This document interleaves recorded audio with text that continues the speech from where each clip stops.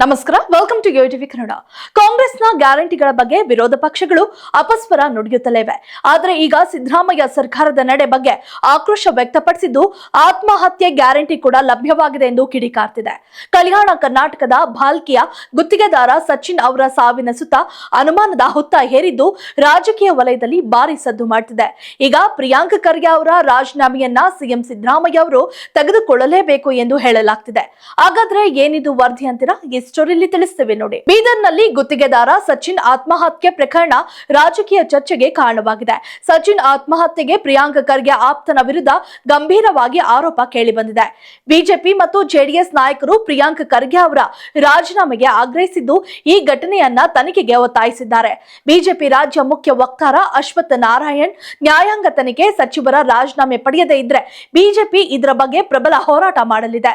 ಇವತ್ತು ಸಚಿನ್ ಎಂಬ ಬಾಲ್ಕಿಯ ಯುವ ಗುತ್ತಿಗೆದಾರ ಪ್ರಿಯಾಂಕ್ ಖರ್ಗೆ ಆಪ್ತನ ಹೆಸರನ್ನ ಬರೆದಿಟ್ಟು ಆತ್ಮಹತ್ಯೆ ಮಾಡಿಕೊಂಡಿದ್ದಾರೆ. ತನ್ನ ಸಾವಿಗೆ ಕಾರಣವನ್ನ ಕೂಡ ಅವರು ಹೆಸರಿಸಿದ್ದಾರೆ. ಮಾಜಿ ಕಾರ್ಪೊರೇಟರ್ ರಾಜು ಕಾಪನೂರು ಮತ್ತು ಇತರರ ಹೆಸರನ್ನ ಅವರು ಬರೆದಿಟ್ಟಿದ್ದಾರೆ. ಇದನ್ನ ರಾಜ್ಯ ಸರ್ಕಾರ ಗಮನಿಸಲೇಬೇಕು. ಈ ಮೂಲಕ ಪ್ರಿಯಾಂಕ್ ಖರ್ಗೆ ಅವರ ರಾಜೀನಾಮೆಯನ್ನ ಸಿದ್ದರಾಮಯ್ಯನವರು ತೆಗೆದುಕೊಳ್ಳಲೇಬೇಕು ಎಂದು ಬಿಜೆಪಿ ರಾಜ್ಯ ಮುಖ್ಯ ವಕ್ತಾರ ಅಶ್ವಥ್ ನಾರಾಯಣ್ ಅವರು ಒತ್ತಾಯಿಸಿದ್ದಾರೆ. ಅದರಂತೆ ಆರ್ ಅಶೋಕ್, ಗ್ರಾಮೀಣ ಅಭಿವೃದ್ಧಿ ಮತ್ತು ಪಂಚಾಯತ್ ರಾಜ್ ಸಚಿವ ಪ್ರಿಯಾಂಕ್ ಖರ್ಗೆ ಅವರ ಆಪ್ತ, ಕಲಬುರಗಿ ಕಾಂಗ್ರೆಸ್ ಮುಖಂಡ ರಾಜು ಕಾಪನೂರು ಸೇರಿ 8 ಮಂದಿ ಹಣಕ್ಕೆ ಬೇಡಿಕೆ ಇಟ್ಟು ಕೊಲೆ ಬೆದರಿಕೆ ಹಾಕಿದ್ರಿಂದ ಆತ್ಮಹತ್ಯೆ ಮಾಡಿಕೊಳ್ಳುತ್ತಿರುವುದಾಗಿ ಅವರು ಡೆತ್ ನೋಟ್ ಅನ್ನ ಬರೆದಿಟ್ಟಿದ್ದಾರೆ. ಹಾಗಾಗಿ 2 ಪ್ರಾಮಾಣಿಕ ಗುತ್ತಿಗೆದಾರರ ಆತ್ಮಹತ್ಯೆಗೆ ಕಾರಣವಾಗಿರುವ ಸಚಿವ ಪ್ರಿಯಾಂಕ್ ಖರ್ಗೆ ಅವರು ಈ ಸಾವುಗಳಿಗೆ ನೈತಿಕ ಹೊಣೆ ಹೊತ್ತು ತಮ್ಮ ಸಚಿವ ಸ್ಥಾನಕ್ಕೆ ರಾಜೀನಾಮೆ ಕೊಟ್ಟು ತನಿಖೆ ಎದುರಿಸಬೇಕು ಎಂದು ಆರ್ ಅಶೋಕ್ ಅವರು ಆಗ್ರಹಿಸಿದ್ದಾರೆ. ಕೇಂದ್ರ ಸಚಿವ ಎಚ್.ಡಿ. ಕುಮಾರಸ್ವಾಮಿ ಹೇಳಿಕೆ ನೀಡಿದ್ದು, ಕಾಂಗ್ರೆಸ್ ಸರ್ಕಾರ ಗುತ್ತಿಗೆದಾರರ ಹೆಸರಿನಲ್ಲಿ ಚೆಲ್ಲಾಟ ಆಡ್ತಿದೆ.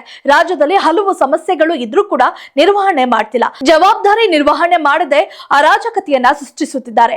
ಪ್ರಿಯಾಂಕ್ ಖರ್ಗೆ ರಾಜ್ಯದಲ್ಲಿ ನನ್ನನ್ನ ಬಿಟ್ರೆ ಸಚ್ಚಾರಿತ್ರ ವ್ಯಕ್ತಿ ಯಾರು ಇಲ್ಲ ಅಂತಾರೆ.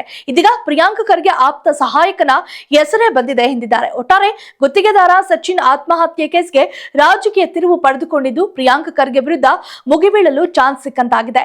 ಈ ಬಗ್ಗೆ ರಾಜ್ಯ ಸರ್ಕಾರ ತೆಗೆದುಕೊಳ್ಳುವ ಕ್ರಮ ಏನು ಎಂಬುದನ್ನ ಮುಂದಿನ ಅಪ್ಡೇಟ್ ನಲ್ಲಿ ಕಾದು ನೋಡೋಣ. If you like this video, ಬೇಗ ಲೈಕ್ ಮಾಡಿ, ಕಾಮೆಂಟ್ ಮಾಡಿ, ಶೇರ್ ಮಾಡಿ ಹಾಗೂ ಯೋಯೋ ಟಿವಿ ಕನ್ನಡವನ್ನು ಸಬ್ಸ್ಕ್ರೈಬ್ ಮಾಡಿ.